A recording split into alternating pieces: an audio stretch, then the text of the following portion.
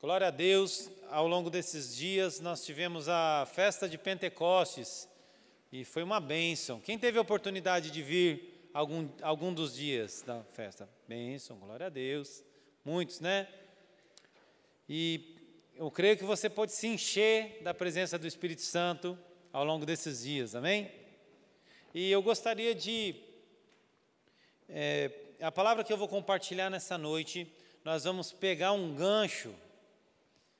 Nós estamos, no final da festa de Pentecostes. Eu gostaria de pegar um gancho em tudo que Deus ministrou. Deus foi colocando no meu coração cada palavra, foi plantando um pouquinho, e então nasceu essa palavra. Então eu gostaria que a gente fosse no texto, que um dos textos que fala, que é Deuteronômio 16. Só para a gente, para nós nos situarmos, Deuteronômio 16, versículo 9.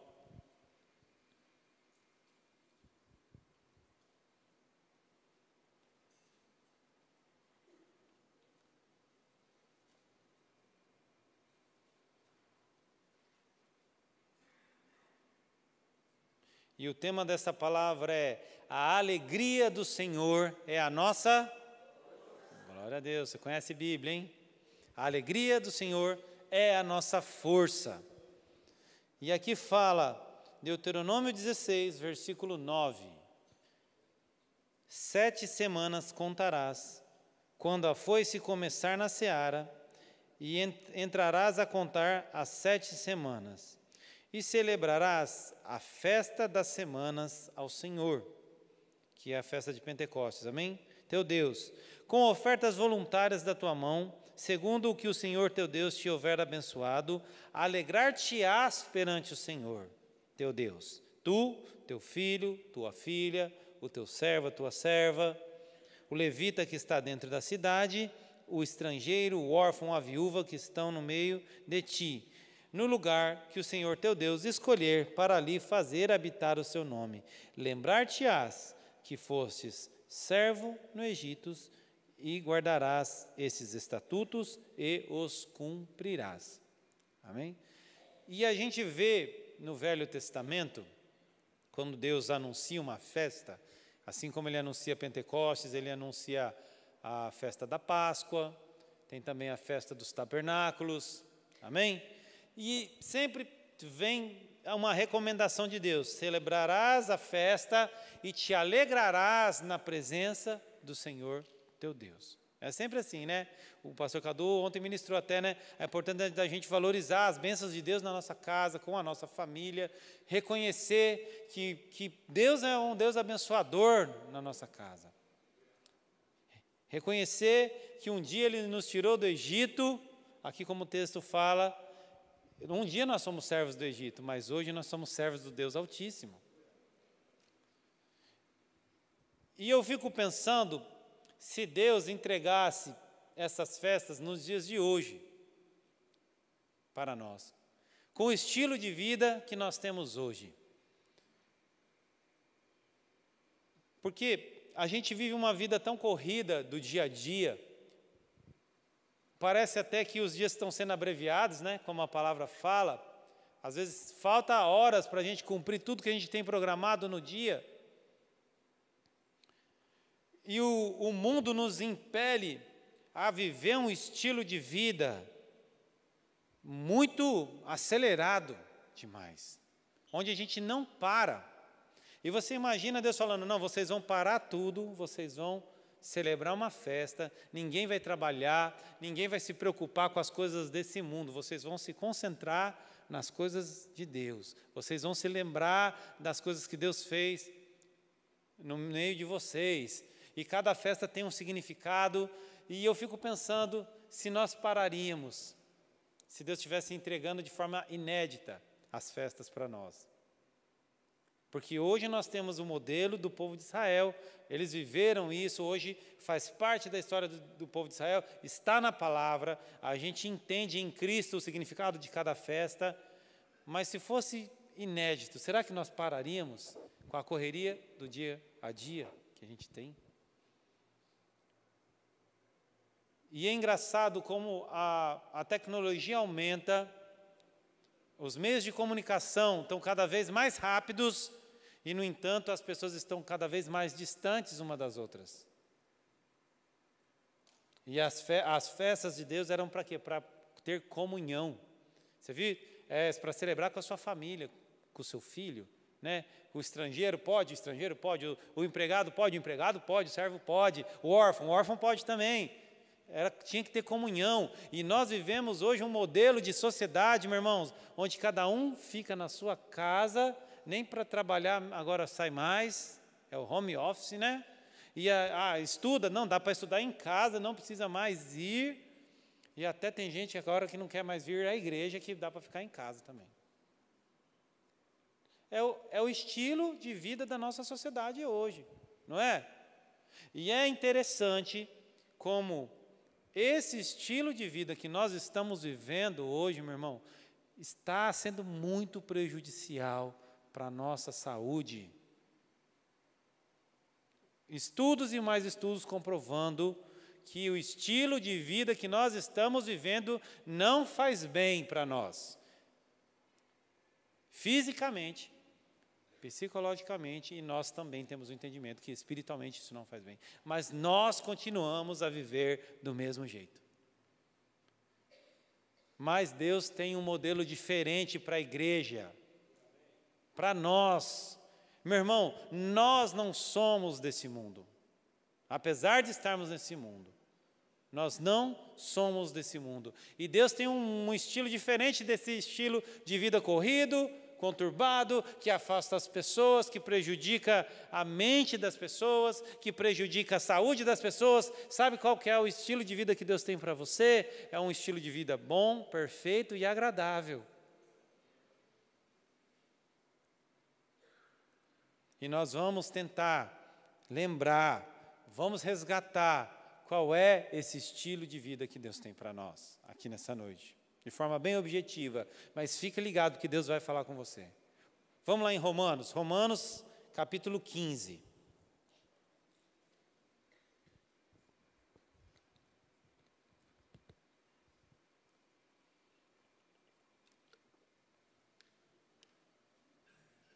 O livro de Romanos foi escrito para crentes que moravam em Roma. Na época, Roma era a capital do mundo. Você imagina a correria do dia a dia que era aquela cidade, né? Era a cidade.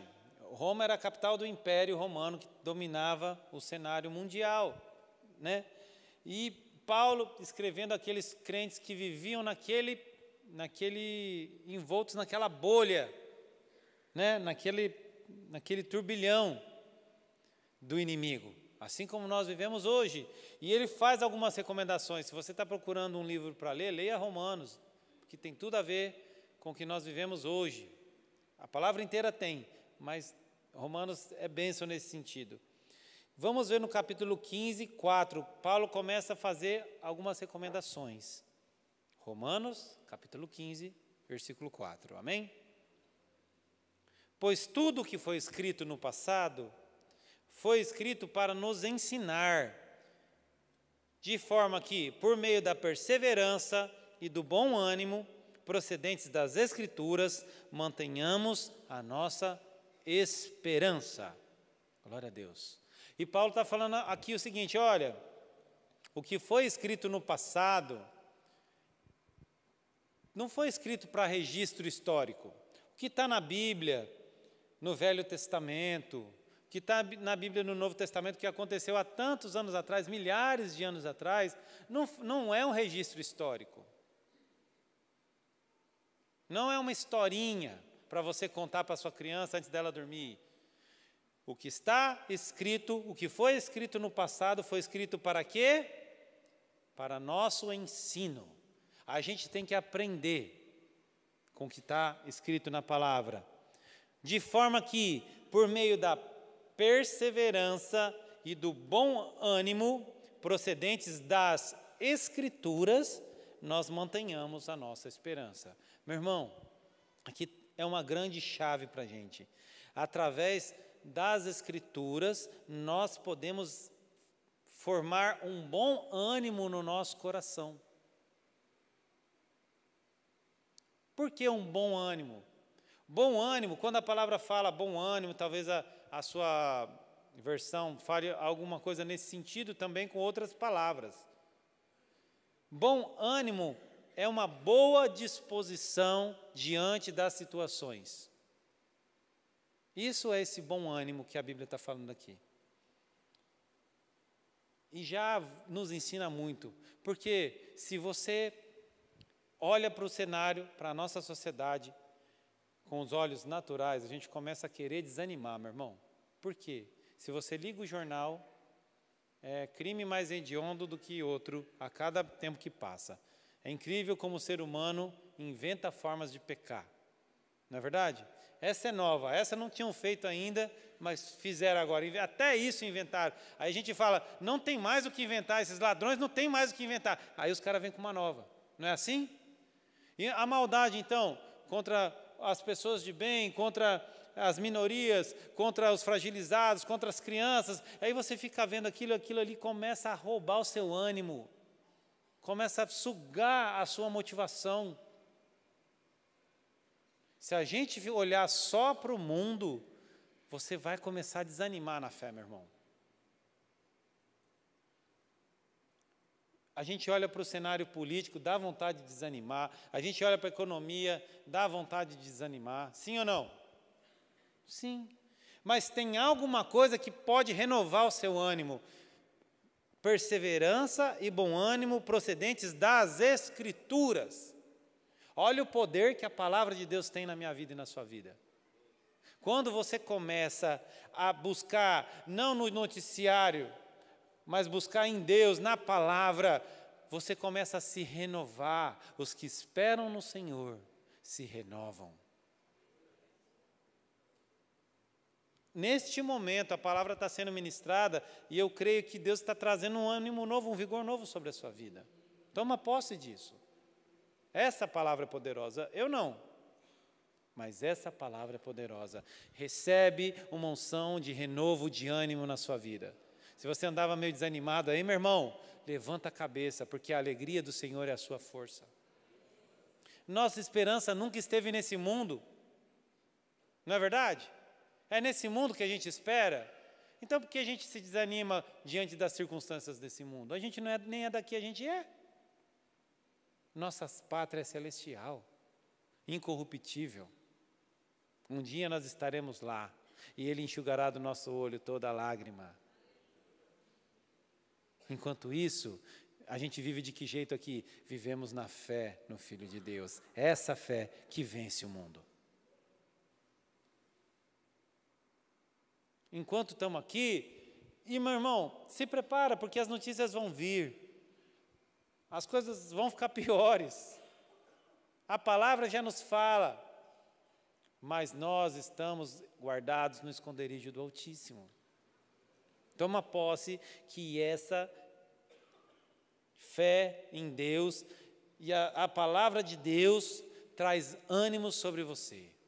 E quando você está animado, você vive com mais propriedade, você vive mesmo. Você só não passa a vida aqui. Não é assim? Quando quem tem filho, sabe, às vezes você dá uma ordem para o filho e ele vai fazer com aquela cara torta, né? Desanimado, você já dá logo, muda essa cara, vamos, ânimo. Não é para fazer de cara feia, não. Vamos, com alegria, não é assim que a gente fala? E eu creio que Deus está falando isso para a gente. Vamos, ânimo, alegria. Eu estou com vocês, igreja. Não desanima, não baixa a cabeça. Talvez você esteja enfrentando lutas. Deus te trouxe aqui para você ouvir essa palavra. Tenha bom ânimo. Deus está com você. Ele venceu o mundo. Você se lembra quando ele se mostra a Gideão? Ele se mostra a Gideão. E, meu irmão, Gideão estava numa situação difícil, viu? Israel estava apanhando muito dos inimigos. E a ponto de... Os inimigos eram assim, ó, os filisteus, nessa época eram os filisteus, né?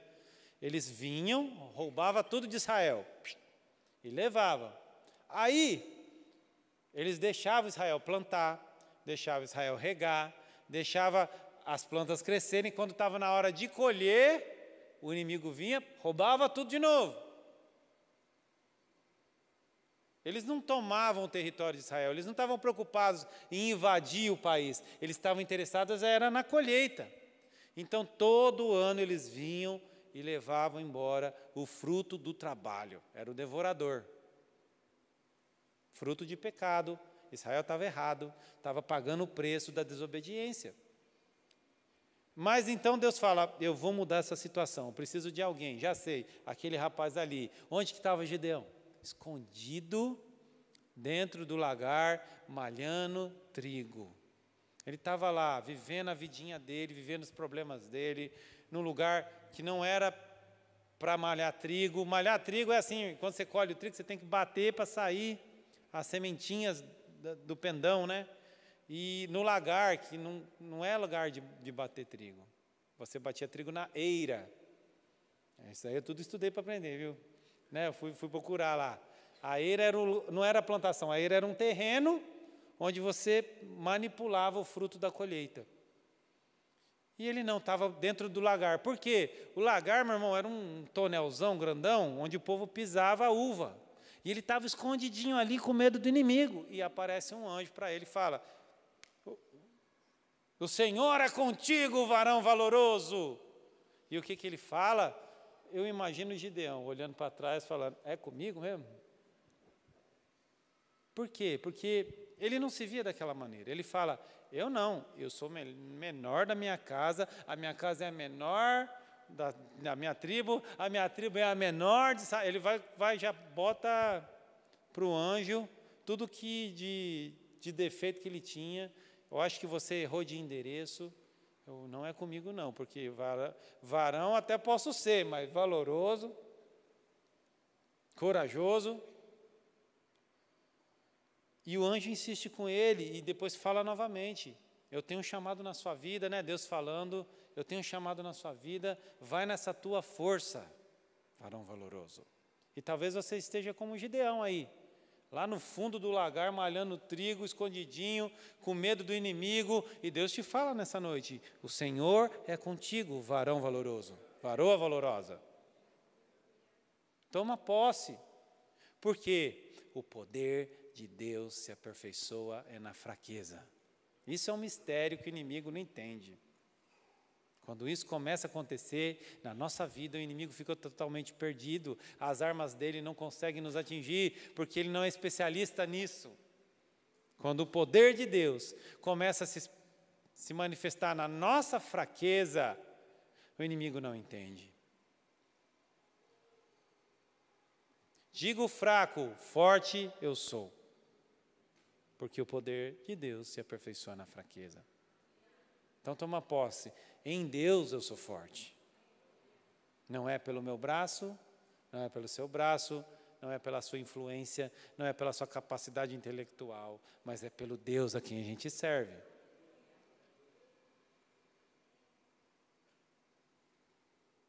E o texto fala bem claro aqui, né?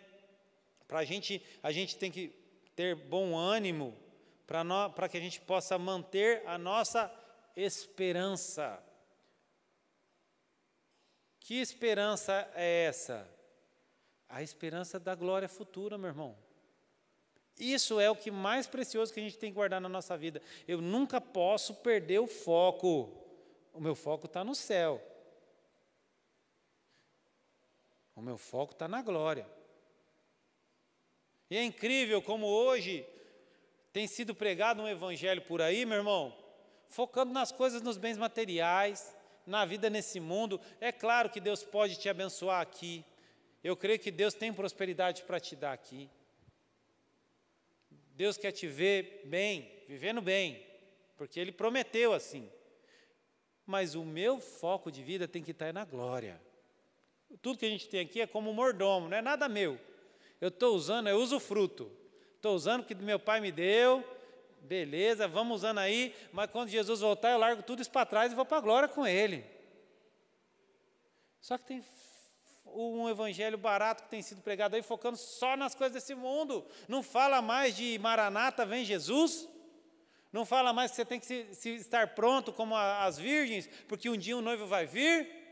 Fala, não, vem, você vai ter tudo, pede para Deus, exija de Deus. Meu irmão, a gente não tem que exigir mais nada de Deus. O que Ele tinha de mais precioso, Ele já deu. E tem crente que, se você falar, você quer ser rico ou você quer ir para a glória, talvez ele escolha ser rico. Onde está o seu foco? Isso vai determinar o seu ânimo. Porque se o meu foco está na glória eterna, ela não muda. Se o meu foco está nas coisas desse mundo, uma hora está bom, uma hora está ruim, uma hora o dólar sobe, uma hora o dólar cai, não é assim? Uma hora parece que vai dar certo, mas não dá. Agora, se eu estou olhando é para o céu. Enquanto isso, vou passando pela prova, mas eu vou dando glória a Deus. Igual aquele louvor que fala, né? Entende, igreja? Vamos focar nas coisas do alto. E a vida aqui nessa terra, Deus vai te abençoar. Se você precisar, Ele vai te dar. Porque Ele é Pai. A bondade dEle nos segue. E a palavra continua. Vamos ver o versículo 5. Outra área que o crente precisa sempre vigiar.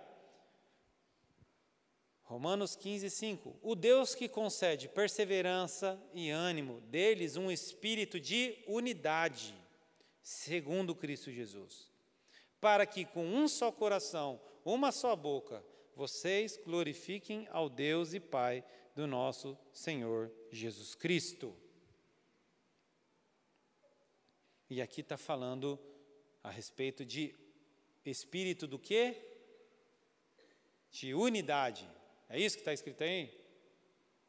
Todo mundo está escrito isso mesmo? Tem alguma versão que é diferente? O Deus que concede perseverança e ânimo deles, um espírito de unidade. É isso mesmo que está aí? Glória a Deus. E, meu irmão, a unidade é fundamental na vida de um crente. Você não pode ser ovelha desgarrada. Ovelha desgarrada só serve para uma coisa, ser comida de lobo. Você tem que andar em unidade. Você faz parte de um corpo. A Bíblia apresenta desse jeito. Se você não gosta, vai falar com Deus. Nós, crente, é uma criatura de Deus que foi feito para andar no corpo, para andar em bando, para andar unido. Não é desunido, não é em rebeldia. E quando a gente não anda em unidade, meu irmão, a gente começa a colher frutos ruins na nossa vida. E a unidade é tão poderosa que Deus teve que intervir lá na Torre de Babel. Nós não vamos abrir. Lá na Torre de Babel, os homens estavam em unidade, mas com um objetivo mau.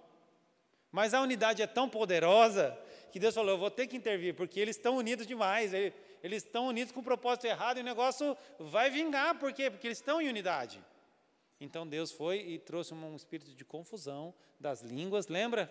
Cada um falava de um idioma diferente, para que pudesse perder o foco, porque eles estavam em unidade. E é incrível como a gente é tentado a andar segundo a nossa vontade, e não em unidade. Porque andar em unidade, meu irmão, envolve você abrir mão, não é? Envolve você, muitas vezes, não ser do seu jeito. Aqui mesmo, se a gente perguntasse para cada um aqui que cor que tem que pintar essa parede, meu irmão, quantas cores iam ser, né? Não, acho que não devia ser assim, acho que não devia ser assim, mas nós, em unidade, a gente aceita. Foi dessa cor? Amém, a gente está em unidade, vamos que vamos. Por mais que não seja a sua cor preferida. Estou dando exemplo assim, bem simples, de uma cor de parede, mas vale para todas as áreas da igreja.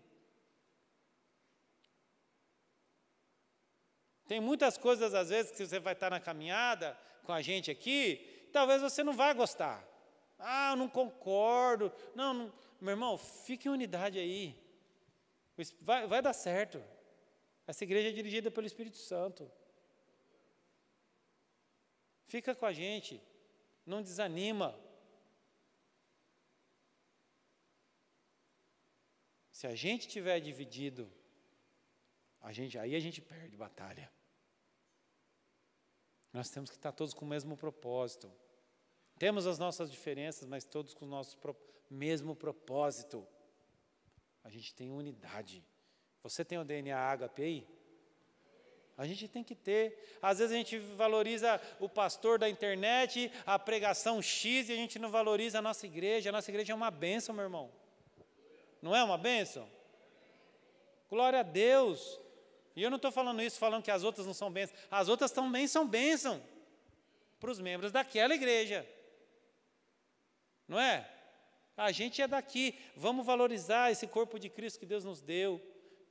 Vamos abençoar, não amaldiçoar com a nossa boca. A nossa igreja é uma bênção. Eu estou aqui, vamos estar juntos. Se você precisar de mim, estou aí. Se eu precisar de você, eu espero contar com você. E não só na igreja, a unidade também na casa, meu irmão. A gente está vivendo tempos em que as famílias estão sendo desestruturadas. Você tem que ter unidade dentro da sua casa. Você, marido, mulher, vocês dois têm que falar a mesma língua. Sabe aquela história que o pai dá uma ordem para o filho, aí a mãe vem e tira a autoridade do pai, dá outra ordem. A mãe não deixa, mas o pai deixa. Não é assim? Está errado. Tem que andar em unidade. Cultiva os momentos do seu familiar em unidade. Às vezes você valoriza mais o amigo do que a sua família. Está errado, meu irmão. Às vezes você gosta mais de estar lá no futebol do que com a sua esposa, com seus filhos. Está errado. Os filhos também, às vezes envolve tanto. Você tem paciência em ouvir um youtuber falando um monte de abobrinha lá e não tem paciência de ouvir seu pai e sua mãe. Você acha que ele é chato, você acha que ele está falando uma outra língua. Se a família não anda em unidade, Deus não está presente. Porque Deus está onde existem 2 ou 3 reunidos em seu nome. A gente tem que cultivar, a unidade é uma coisa que a gente cultiva. É igual planta. Você tem que semear unidade na sua família, onde você estiver, tem que semear. Não tem como semear contenda? Tem como semear contenda, mas tem como semear a unidade. A unidade a gente semeia de que jeito? Com presença, com palavras, com atitudes. Assim a gente semeia a unidade. Em qualquer lugar. Ah, eu estou em unidade, mas nunca vai. Podem contar comigo aí, mas nunca vai. Então você não está em unidade. Não. E aí, né, naquela galera do futebol lá, seu nome está na lista, mas você nunca vai. Então você não está lá jogando futebol. Você não está perdendo as calorias daquele jogo, porque você não foi. E espiritualmente também é assim. Você tem que estar presente para estar em unidade. Você tem que estar junto.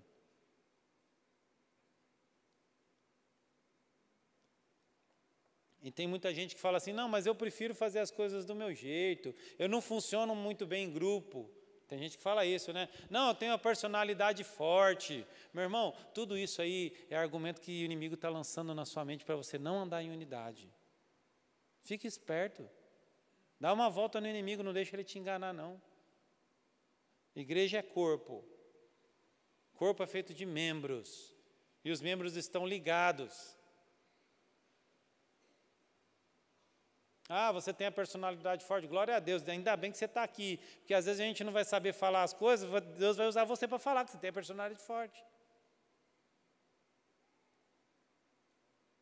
Não seja egoísta, que eu gosto de fazer as coisas do meu jeito, é frase de egoísta, não sabe dividir. Não é verdade? Você não sabe aceitar a opinião do outro, você não sabe ceder. E Deus está querendo te ensinar isso há muito tempo. Só que aí você fica à margem lá, não, andando correndo por fora. As coisas acontecendo e você correndo por fora porque você não quer se envolver, porque você gosta de fazer as coisas do seu jeito. Não é do seu jeito, não é do meu jeito, é do jeito de Deus. E o jeito de Deus, o jeito que Deus escolheu é andar em unidade. Aceita que dói menos. Você vai ser mais feliz na casa de Deus a partir do momento que você entender isso. Porque senão você vai ficar aí triste, cabisbaixo. A unidade na família, a unidade na igreja. Aí vem, e aí ainda Paulo aperta o calo, versículo 7, ó. Portanto, aceitem-se uns aos outros, da mesma forma como Cristo os aceitou, a fim de que vocês glorifiquem a Deus. Aí, aperta mais a corda do violão.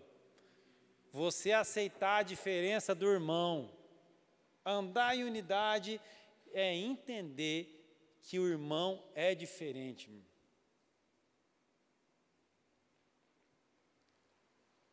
Deus trouxe cada um aqui com uma história diferente, com uma personalidade diferente, com um gosto diferente. E coloca a gente para viver tudo junto em família, corpo de Cristo. Mas essas diferenças, às vezes, nos incomodam, não é? O jeito que o irmão fala, o ritmo de vida dele, o jeito que ele se veste, o perfume do irmão. Tem tantas coisas que a gente pode olhar e ver diferenças. Mas se a gente estiver olhando para Cristo e não para as diferenças, elas se tornam tão pequenas. Aceitem-se uns aos outros. Na igreja, vai ter gente muito diferente de você. Vai ter gente totalmente oposto a você. Não quer dizer que ele não tenha o Espírito Santo, não quer dizer que ele não seja um crente fiel, não quer dizer que ele não seja escolhido de Deus, ele só é diferente de você e de mim. E que em nome de Jesus, mais povo diferente venha para a nossa igreja. Porque Deus quer salvar esse povo diferente mesmo. O risco que a gente corre é quando todo mundo for igualzinho aqui, meu irmão. Isso é doutrinação, sabe? Todo mundo igualzinho, faz do mesmo jeito. Ninguém aqui é robô. Glória a Deus, porque na multiforme sabedoria de Deus, Ele trouxe você, que é diferente de mim, que é diferente dessa pessoa que está do seu lado aí. Por quê? Porque cada um vai ser usado de uma forma diferente, então tem que ser diferente. Você imagina, seja sincero, se a igreja fosse formada só de pessoas exatamente iguais a você. Pensa agora, você se conhece, não se conhece? Se a igreja fosse formada, todo mundo fosse igual a você. Seria uma igreja melhor ou pior? Pior. Não porque você seja uma má pessoa, mas porque a igreja ia focar só em uma coisa, ia ser só daquele jeito. Não ia ter a beleza de um ser orelha, outro ser pé, outro ser mão, né? E aí Deus ainda é esperto, Ele fala, as partes do corpo que parece que nem menos honra, é aquelas que eu embelezo mais.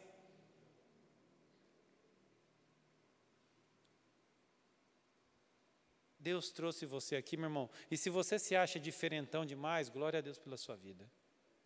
É você que Deus precisa. Você está aqui por um propósito de Deus mesmo. Eu estou falando de diferenças, eu não estou falando de diferenças de pecado, meu irmão. Não estou falando daquela diferença da rebeldia. Todos nós passamos pelo filtro do fruto do Espírito. Se tem fruto do Espírito na sua vida, meu irmão, você pode pintar o cabelo da cor que você quiser, porque você vai ter sabedoria. Se você tem o fruto do Espírito na sua vida, você tem a liberdade de ser diferente, porque a sua diferença não é uma diferença fora da palavra de Deus. E eu creio que ainda faltam muitas áreas para Deus usar essa igreja aqui. Nós estamos na frente de várias batalhas, mas ainda faltam áreas que precisam ser atuadas. E Deus talvez vai usar você. E glória a Deus por isso. Vamos nos aceitar. E aceitar, meu irmão, no começo dói. Aceitar o diferente, aceitar o que não é o natural da gente, muitas vezes dói. Porque você lida com o que você acha que é certo, você fica uma briga interna, mas não tinha que ser assim. Sabe quando alguém faz, você está no ministério e aí as coisas vão ser de um jeito lá. Aí você tenta argumentar na reunião do ministério, você vai lá e dá uma ideia. Não, mas vamos fazer assim que é melhor, porque você está convicto que aquele jeito tem que ser. Mas não aceitaram a sua ideia. Vai ser diferente. E aí está chegando o dia de acontecer aquilo. Não, mas vai ser diferente mesmo. Não, vai ser diferente mesmo. E você fica se remoendo, não é natural. Não é verdade? Só comigo que acontece isso? Não, você fica ali. Aí acontece e é uma bênção. Aí você, ainda bem que foi daquele jeito, né? Não foi do meu jeito. Não é natural do ser humano aceitar as coisas de bom grado, não. Mas conforme a gente vai tendo maturidade, a gente vai identificando as nossas teimosias. A gente para e percebe, não, espera aí, eu não vou ficar, já não tenho tempo a perder com ressentimentos. Espera aí, eu não vou ficar batendo nessa tecla aí, brigando por causa disso. Não, vamos embora. Não vai ser vermelho, vai ser azul? Então vamos embora. Vamos fazer azul, vamos escolher o melhor azul que tem aí e vamos pintar esse negócio. Não é ficar de birrinha, não é ficar bravo, sabe? Aqui está falando, aceitem-se uns aos outros. Essa pessoa que está do seu lado aí, olha para ela é diferente de você. Aceita ela.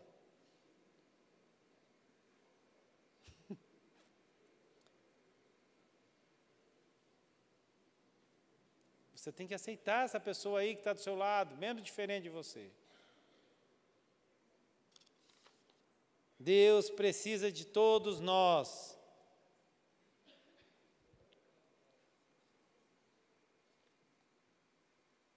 Porque não é do meu jeito, não é do seu jeito, é do jeito de Deus.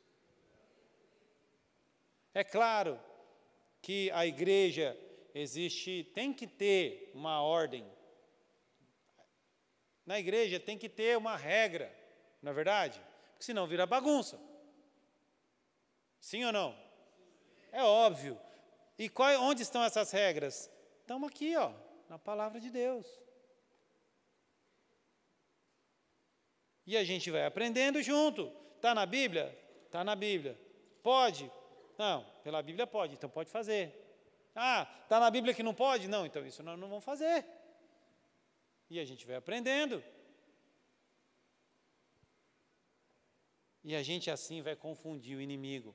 O próprio povo de Israel, a gente pensa em povo de Israel como todos iguais, mas eram 12 tribos.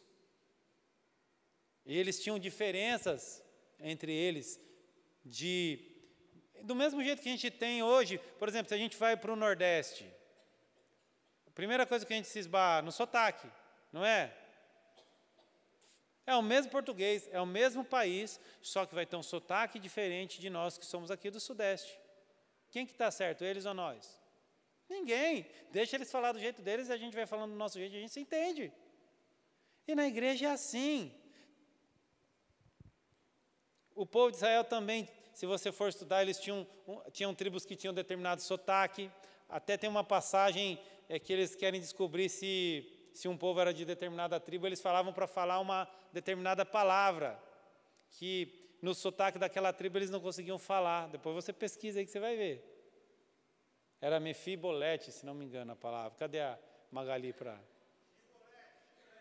Shibolete, não é isso? Eles não conseguiam falar Shibolete. Não sei que jeito que eles falavam.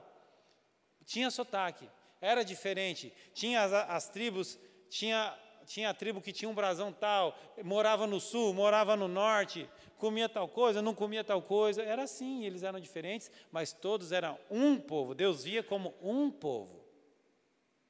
E glória a Deus, porque nossa igreja já tem o sotaque do Amazonas, já tem o sotaque do Nordeste do Piauí, já tem o sotaque de português de Portugal, de português de Moçambique. tem o seu sotaque.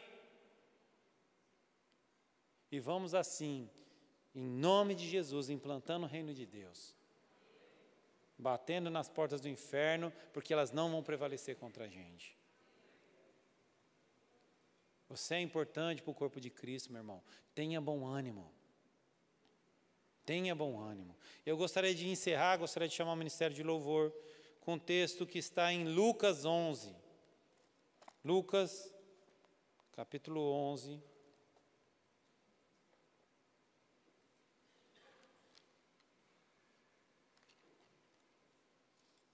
Versículo 5.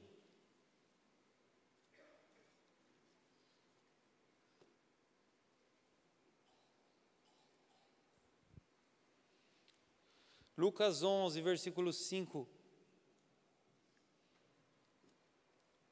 Esse texto é tremendo, falando a respeito da forma como a gente deve pedir as coisas a Deus.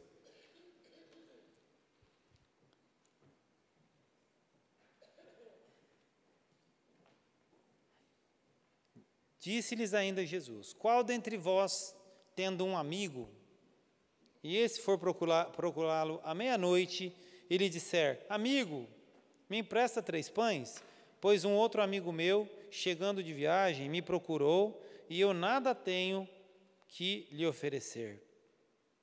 E outro lhe responda lá de dentro, dizendo: não me importunes, a porta já está fechada, os meus filhos já estão deitados comigo, eu não posso me levantar para te dar. Digo-vos que, se ele não levantar para dar-vos por ser seu amigo, todavia o fará por conta da importunação, e lhe dará tudo o que tiver necessidade. E é assim mesmo, né? Imagina, meia-noite, alguém batendo na sua porta, você é doido para dormir, você vai dar, nem que seja, não, só para ele ir embora. É 3 pães? Tá aí, ó, pode ir embora. E aí está falando, aí continua, versículo 9. Por isso vos digo, pedi e dar-se-vos-á, buscai e acharei, batei e abrir-se-vos-á, pois todo o que pede, recebe, e o que busca, encontra, a quem bate, a porta lhe será aberta. E eu creio, tudo o que a gente precisa, meu irmão, para ser igreja de verdade, já está em Cristo. Porque a palavra fala isso, né? Todas as bênçãos que já estão em Cristo. Se está te faltando ânimo, eu creio que o Deus vai derramar aqui nessa noite.